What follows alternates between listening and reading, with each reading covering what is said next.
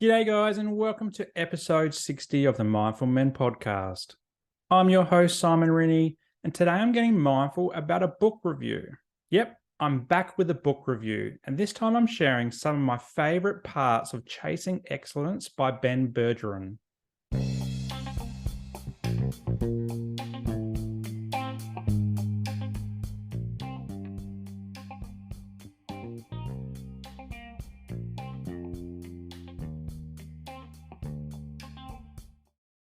Whenever I have a guest on the show, I ask them to plug something that makes them feel good. Whether it's music, a movie, a book, or an activity, the idea is that whatever they plug, you out there might hear it and go, yep, I want to go try it out for myself. And it's my way of spreading joy throughout the world. And I'm often one to give the plugs a go myself. In episode 17, I sat down with Anthony Simons and we chatted about exercise-based therapy. Anthony's plug was this book, Chasing Excellence. He recommended it for its good story, but also how sport and exercise can have therapeutic effects. It sounded great, so after the episode, I grabbed myself a copy. Now, to give you a very broad overview of the book, Ben trains some of the world's fittest athletes to win the CrossFit Games. And if you're unsure what the CrossFit Games are, it's basically hell on earth. Picture high-intensity workouts pitting elite athletes against each other to see who's the fittest athlete on earth. But the book wasn't purely about being a CrossFit athlete. Sure, a lot of it was, but it was also grounded in mindfulness. It was less about reps and more about mindset. It was less about output and more about outcomes. It was a holistic approach to personal development that included physical and mental perspectives. And it all starts with commitment. Ben talks about the difference between complacency, competence, and excellence. He described it like a scale with complacency at one end reflecting the couch potatoes of life. Competence is in the middle and what most of us strive for. And then on the other end of the scale is excellence. This is for those that push past competence and strive to be better every single day. I like this quote from the book that sums this up. No matter what your craft is, there's a question you should continually ask yourself. Am I committing everything I have to make myself the tiniest percentage better than I am right now? No matter how hard I have to work, no matter what I have to give up, no matter how long it takes. This quote can be applied to so much in life. If you want to get fitter, what can you do today to get healthier? Join a gym? Maybe go for a run? Is it eating healthy or cutting back on the beers? What about work? Could you apply for a new job or ask for a pay rise? Or can you study to get some new qualifications and change careers? And even family, could you be more present with the kids by putting down the phone? Or maybe re-spark the intimacy by having regular date nights with your partner. As a men's therapist, I can also see how this could apply to our mental health. What can you do today to make yourself the tiniest percentage better than yesterday? Is it less drugs and alcohol, more sleep, exercise, better food choices? Is it actually taking your meds or even going to therapy? Is it developing a growth mindset that understands that recovery is difficult? And despite this, you're going to keep pushing hard because you're done being that couch potato that is stuck in a rut. And on this, recognize that quick fixes are bullshit and you actually have to put some effort in to get well again or stay well. I often find that the blokes who walk into my therapy space and they've got the growth mindset, they're the ones that grow exponentially in therapy. They're committed to the cause no matter how hard or long it takes. They seem to have the talent for therapy. They get the concepts and they're willing to sacrifice time, money, and effort to pursue wellness. But I also see the hard work they do. They're sharing their deepest and darkest secrets. They're practicing their mindfulness techniques. They're reflecting on how they're showing up in the world and using strategies to improve their hand in life. As for the ones without the growth mindset, these blokes can struggle to see the point in the process. They're searching for the quick fix with the least amount of impact on their lives. They don't want to reflect or do the homework that they need to do in order to embed the strategies that they learn. They're stuck in the couch potato state of complacency. And for these blokes, they tend to drop in and out of therapy, and they don't grow and get better. And trust me, I know. I've been this couch potato version of myself. Mindset is critical to personal growth, whether it's a CrossFit athlete believing that they can do one more set and cross the finish line first, or the couch potato bloke believing that change is possible. If we fail to have a growth mindset, we fail to take the first step towards a better life. Now, when I think of the couch potato version of myself, for example, I think of negativity swirling around my brain. A lifetime living with OCD, anxiety, and depression can do this to you. Whenever I think of doing anything, I focus more on the negative aspects of it. Take going for a run, for example. Is it too hot outside? Do I have enough time? What if I need to go to the toilet on my run? And what if I get injured? I think of these things because they've all happened in the past.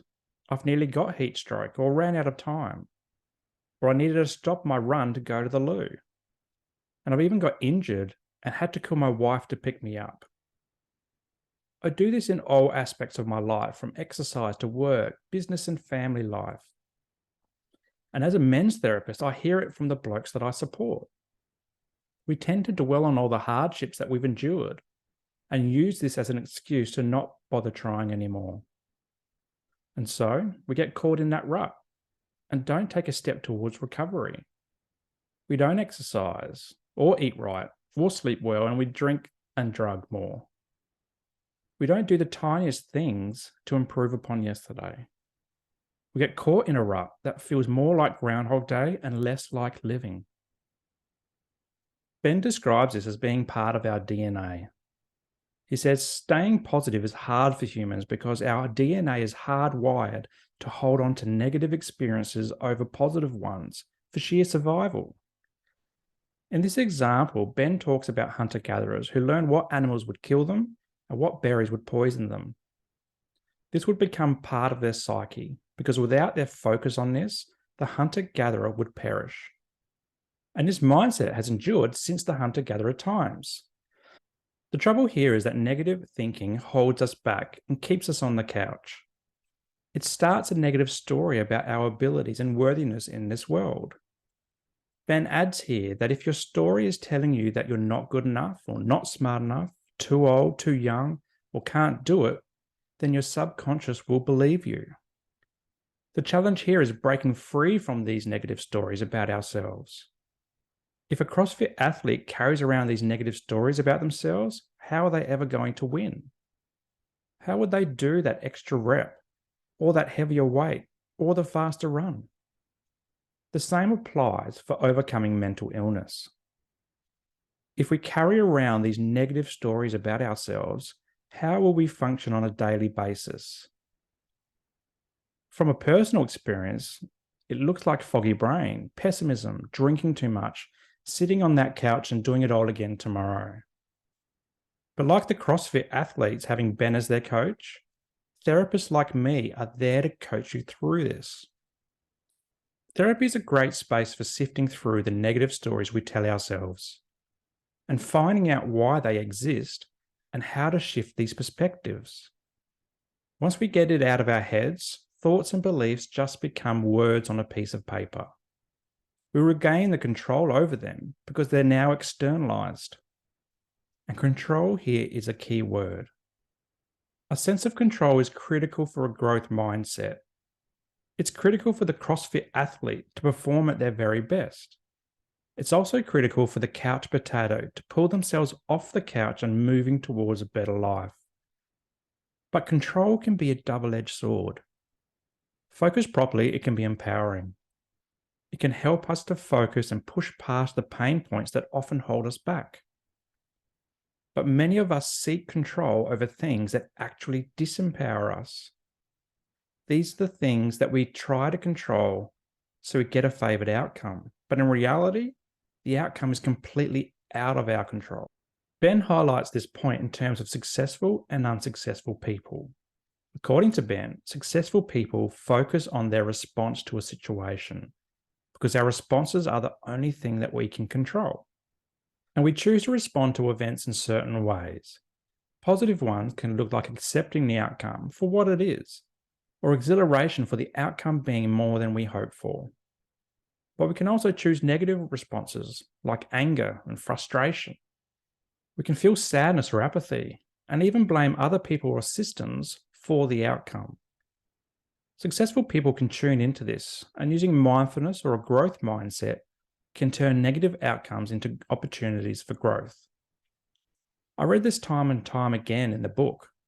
The CrossFit athletes tuned into their shortcomings, whether it was in training or events, and used this to fuel positive change in things like their technique, nutrition, sleep, rest, or even mindset.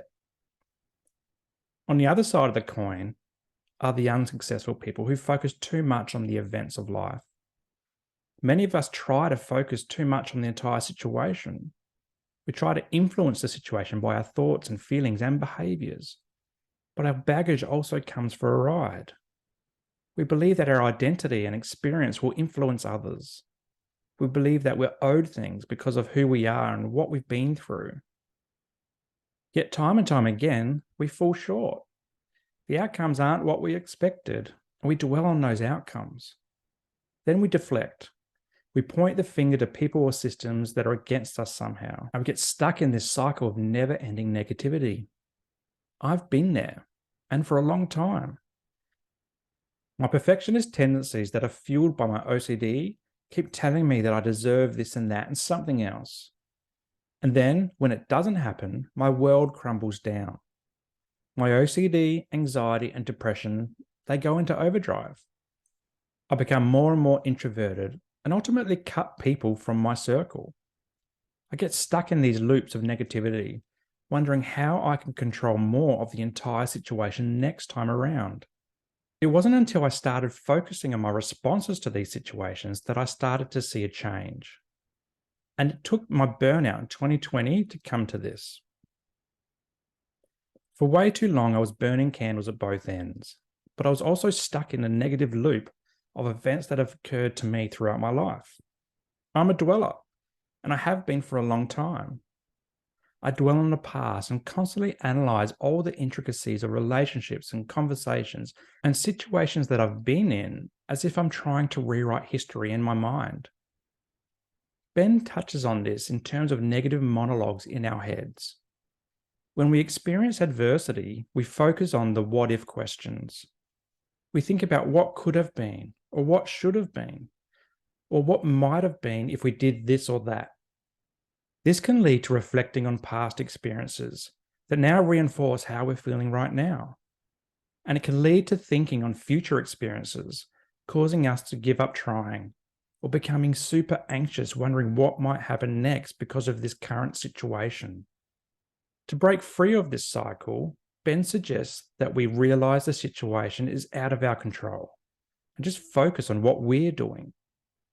Take, for example, the CrossFit Games. Ben often talks about how he teaches the athletes he trains to focus on themselves and not on what their competitors are doing or what the leaderboard says or what the media and crowd are doing, even what the weather is doing. By doing this, they can focus on what they can actually control: their technique, their breath, and mindset. And by doing this, they can push harder for longer and not get caught up in the hype that can be exhilarating but exhausting at the same time. Now, I'm not religious by any means, but Ben brings in a bit of wisdom via the serenity prayer. God, grant me the serenity to accept the things that I cannot change, the courage to change the things I can, and the wisdom to know the difference. Ben highlights that you don't need to believe in God at all to get benefit from this. So in basic terms, let go of what you can't change and make room for the things that you can. This is a great point that sums up control, and it can be applied to our mental health as well. In episode 33, I interviewed Renaud Purifoy about anger management. Renault had this great perspective on control and mindset. He reflected on the past, future, and present, noting that when we think too much in the past, it can lead to things like depression. And when we think too much in the future, it can cause anxiety. He said what we need to do is try to think more in the present, because this moment is the only point in time that we can have any sort of control or even influence over. Being present can be really hard to do, and it takes a lot of practice. And this is where a coach like Ben comes into play, or even a therapist like me. And mindfulness is a great tool to become more present in your life. I like how Ben describes mindfulness as living in the present moment with non-judgment, open-mindedness, and positivity. Some tools that we can use include gratitude journaling, meditation, breath work, eating, drawing, playing music, or even just sitting down with a coffee and taking in the world as it is. The key is to be fully in the moment. And if the mind drifts off to yesterday's problems or tomorrow's anxieties or even this afternoon's challenges, the aim is to bring the mind back to the present moment. This is where a lot of people give up. They try meditation, for example, but they don't get that relaxing feeling afterwards because their mind was racing the whole time. But with practice, it is possible to slow the mind and keep bringing its focus back to the here and now. Ben talks about his athletes practicing mindfulness regularly because when they do, they can zone into what they can control and forget all the things that they can't control. This applies to all of us. By practicing mindfulness regularly, we can build up the skills so that we can then use it when things turn to shit in real life. Now, if you're listening to this and want to give it a go, I'm more than happy to help you with this in one-to-one therapy sessions. Therapy is a great place to start with mindfulness because you can also drop off your baggage there too.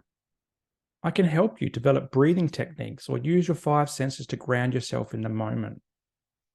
I can help you with identifying your values and applying them in your daily lives. I can help you shift your mindset into a growth one and break free of the negative monologues in your head. And if you're picking up what I'm throwing down and want to find out more, just head to my website. It's www.mindful-men.com.au. Now, a huge thank you to Anthony Simons for plugging Chasing Excellence by Ben Bergeron. I really enjoyed it and found it super easy to follow. And whilst I'm not a CrossFit athlete, I found the concepts very applicable to my day-to-day life, and I'm sure you will too. And also, if you're keen to grab a copy of the book yourself, I'll have a link in the show notes below. Well, that's it, guys. Thanks for joining me today. My name is Simon Rennie, and until next time, stay mindful.